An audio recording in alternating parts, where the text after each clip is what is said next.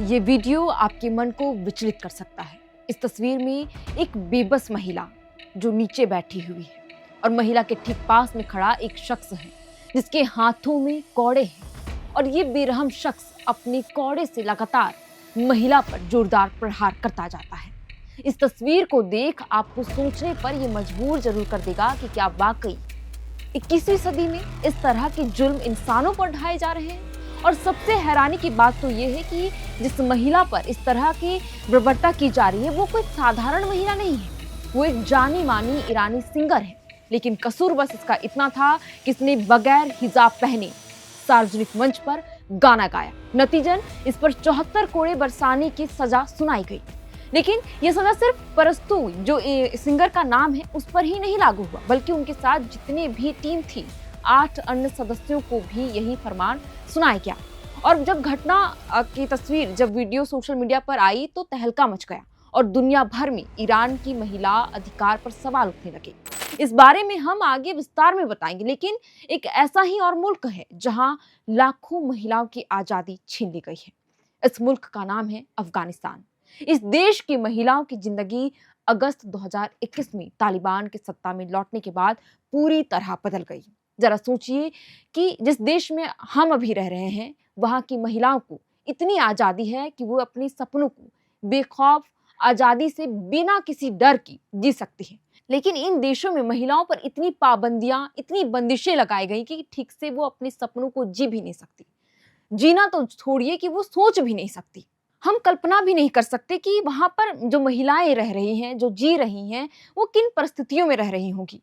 क्योंकि जो वीडियो सामने आया है ईरान से, उसके बाद तो ईरान में महिला अधिकार में सवाल उठाना तो लाजमी है, क्योंकि खुलेआम इस तरीके से एक महिला पर बर्बरता की जा रही है, 74 कोड़े बरसाए जा रहे हैं, वो भी आज के जमाने में। सबसे पहले हम बात करते हैं ईरानी सिंगर पर कोड़े बरसाने वाली फरमान पर। आखिर क्यों ये फरमान जारी किया गया? ईरान की एक सिंगर जिसका नाम है परस्तु अहमदी, जो स्लीवलेस कपड़ों में गाना गाने के लिए इस्लामिक कानून के तहत इन्हें सजा दी गई। मीडिया रिपोर्ट्स के अनुसार साल 2024 में परस्तु अहमदी ने बिना हिजाब के यूट्यूब पर एक लाइव कॉन्सर्ट किया था। उन्होंने ईरान का लोकप्रिय देशभक्ति गीत अज खूने जवनाने वतन गाया था। परस्तु के इस वीडियो को कई लोगों ने महिलाओं की अभिव्यक्ति की आजादी का प्रतीक बताया, लेकिन ईरानी अधिकारियों ने इसे कानून के खिलाफ बताया, क्योंकि ईरान में महिलाओं के लिए सार्वजनिक जगहों पर हिजाब पहनना अनिवार्य है। अधिकारियों ने बिना हिजाब पहनकर गाने को नियम का उल्लंघन बताया। लिहाजा सिंगर परस्तु अहमदी और उनके साथ काम करने वाले 8 लोगों को 74 कोड़े मारने की सजा सुनाई गई। इतना ही नहीं, इन सभी को 2 साल तक ईरान में बैन किया गया है। इस दौरान इन सभी को किसी जो कला की जो एक्टिविटीज है उनमें भी हिस्सा नहीं लेने दिया जाएगा, ऐसा फरमान जारी किया गया। और ये फरमान ईरान की कोम प्रांत की अदालत ने जारी की है। बहरहाल अब आपको बताते हैं कि आखिर ईरान में इस्लामिक लॉ इतना सख्त है क्यों। ईरान में इस्लामिक कानून सरिया आधारित नियम इतने सख्त होने की मुख्य उसकी वजह जो है वो राजनीतिक व्यवस्था और 1979 की इस्लामिक क्रांति। 1979 से पहले ईरान पर मोहम्मद रेजा पहलवी का शासन हुआ करता था, जो अपेक्षाकृत पश्चिमी सोच की मानी जाती थी। 1979 में ईरानी क्रांति के बाद धार्मिक नेता रूहुल्लाह खमेनी सत्ता में आए। उन्होंने ईरान को इस्लामिक रिपब्लिक घोषित कर दिया। ईरान में सिर्फ निर्वाचित सरकार ही नहीं चलती, बल्कि धार्मिक नेतृत्व भी बेहद शक्तिशाली है। देश का सर्वोच्च पद राष्ट्रपति नहीं बल्कि खमेनी होता है। इन्हें ईरान में सुप्रीम लीडर कहा जाता है। अमेरिका के हमलों में अयतुल्ला अली खमेनी की मौत हो गई। इसके बाद उनके बेटे मुज्तबा खमेनी सुप्रीम लीडर बने और तब से ईरान दुनिया में शिया इस्लाम का गढ़ बना। खमेनी ने महिलाओं के कई अधिकार कम कर दिए और ईरान में इस्लामी क्रांति के बाद से महिलाओं के लिए हिजाब पहनना कानूनी रूप से अनिवार्य कर दिया गया। इस्लामिक कानून के मुताबिक महिलाओं के लिए हिजाब से जुड़े नियम हैं, इनका सख्ती से पालन करने का आदेश है। कानून के अनुसार महिलाएं सार्वजनिक जगह पर अकेले गाना नहीं गा सकती हैं और बिना हिजाब लोगों के सामने नहीं जा सकती। हालांकि हिजाब को लेकर कई दफा महिलाएं खुलकर विरोध भी कर चुकी हैं, लेकिन फिर भी अभी भी वहां पर महिलाओं पर इस तरह के जुल्म ढाए जा रहे हैं कि अगर वो ही हिजाब नहीं पहनती है तो। लेकिन ईरान से भी सख्त कानून महिलाओं के लिए तालिबान ने अपने मुल्क में लगा रखा है, जिसकी कल्पना हम और आप यहाँ बैठे नहीं कर सकते हैं। आज अफगानिस्तान की कई महिलाएं दुनिया के सामने एक ऐसे संघर्ष का प्रतीक बन चुकी है जहां लड़ाई सिर्फ अधिकारों की नहीं बल्कि अस्तित्व की है। शिक्षा का अधिकार, रोजगार का अधिकार, स्वतंत्र आवाजाही का अधिकार और अपनी पहचान के साथ जीने का अधिकार, इन सभी पर गंभीर प्रतिबंध लगाए गए हैं। कभी यूनिवर्सिटी में पढ़ने वाली छात्राएं आज घरों में बैठी हैं, कभी अस्पतालों, दफ्तरों और मीडिया संस्थानों में काम करने वाली महिलाएं आज बेरोजगार हो चुकी हैं। अफगानी महिलाओं की जिंदगी में तब नया मोड़ लेता है जब 15 अगस्त 2021 को पूरी दुनिया की नजरें अफगानिस्तान पर टिक गई थी, क्योंकि अमेरिका और नाटो सेनाओं की वापसी के बीच तालिबान ने तेजी से देश के अधिकांश हिस्सों पर कब्जा कर लिया।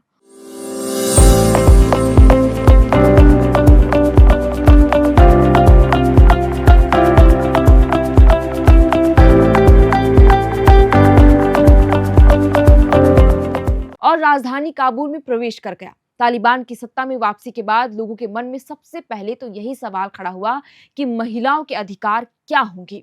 हालांकि शुरुआत में तालिबान ने दावा किया कि वह महिलाओं के अधिकारों का सम्मान करेगा।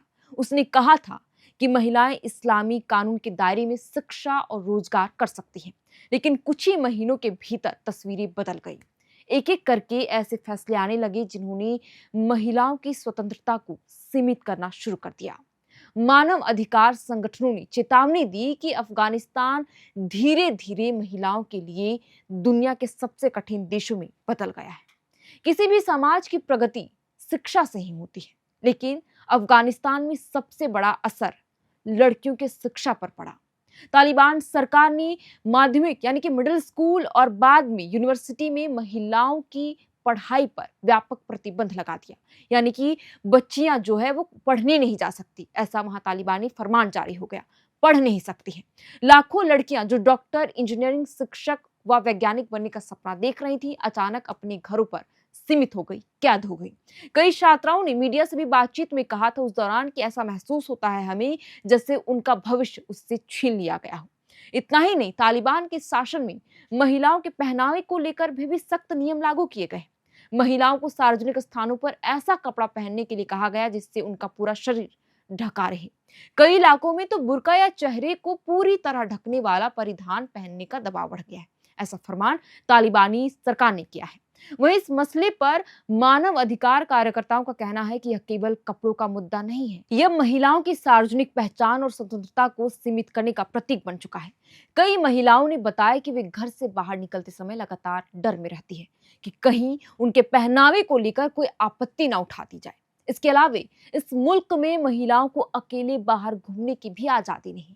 अगर वो अपने घरों से निकलती हैं तो किसी पुरुष के साथ, अगर वो अकेले घूम रही हैं, किसी से बात कर रही हैं ऊंची आवाज में, तो उन्हें सजा दी जाती है। इतना ही नहीं, पिछले महीनों में ही तालिबान ने एक नया फरमान जारी करते हुए बाल विवाह को मंजूरी दी थी, जिसमें कहा गया था कि लड़की की चुप्पी ही उस सहमति के तौर पर माना जाएगा। यानी कि तालिबानी हुकूमत में लड़कियों से उनकी आजादी पूरी तरह से छीन ली गई है। ना तो वो अपने हक के लिए आवाज उठा सकती है, ना अपने पहनावे को लेकर के, यहाँ तक कि अगर वो किसी से ऊंची आवाज में बाहर बात करती है तो उसे सजा सुनाई जाएगी। अगर कपड़े उसके पहनावे पर किसी तरह की आपत्ति जताई जाएगी तो उसे खुले आम बीच चौराहे पर गोली मार दी जाएगी। ऐसी फरमान तालिबानी सरकार ने जारी कर रखा है। तो कुल मिलाकर बात यही है कि आज हम अपने देश में जिस आजादी के साथ जी रहे हैं, अपने सपनों को पूरा कर पा रहे हैं, वैसी स्थिति अफगानिस्तान और ईरान की महिलाओं के लिए नहीं है, क्योंकि यहाँ महिलाओं पर इतनी पाबंदियां हैं कि वे अपने सपनों को पूरा करना तो दूर, उन्हें आजादी से जी भी नहीं पा रही है। ऐसा लगता है मानो उनके सपने पाबंदियों की बेड़ियों में कैद होकर रह गई हैं। तो फिलहाल के लिए इस वीडियो में इतना ही। इस पूरे खबर पर आप क्या सोचते हैं? ईरान में जिस तरीके से फरमान जारी कर एक इस ईरानी सिंगर पर फरमान जारी कर 74 कौड़े बरसाए जा रहे हैं, जिसका वीडियो सोशल मीडिया पर वायरल होता है। और हिजाब को लेकर किस तरीके के जो फरमान जारी किए गए हैं, अफगानिस्तान की बात करें, ईरान की बात करें, तो आप इस पूरे घटना को लेकर के क्या सोचते हैं? आप अपनी प्रतिक्रिया हमें कमेंट बॉक्स पर लिखकर जरूर दें। आप देख रहे थे एयर नाउ, हमारा नाम है शैरतन, कैमरे के पीछे मौजूद है हमारे सहयोगी विकास। बहुत बहुत शुक्रिया। FRP pressure vessels are made using fiber reinforced plastic, a powerful combination of high-strength glass fibers and corrosion-resistant resin.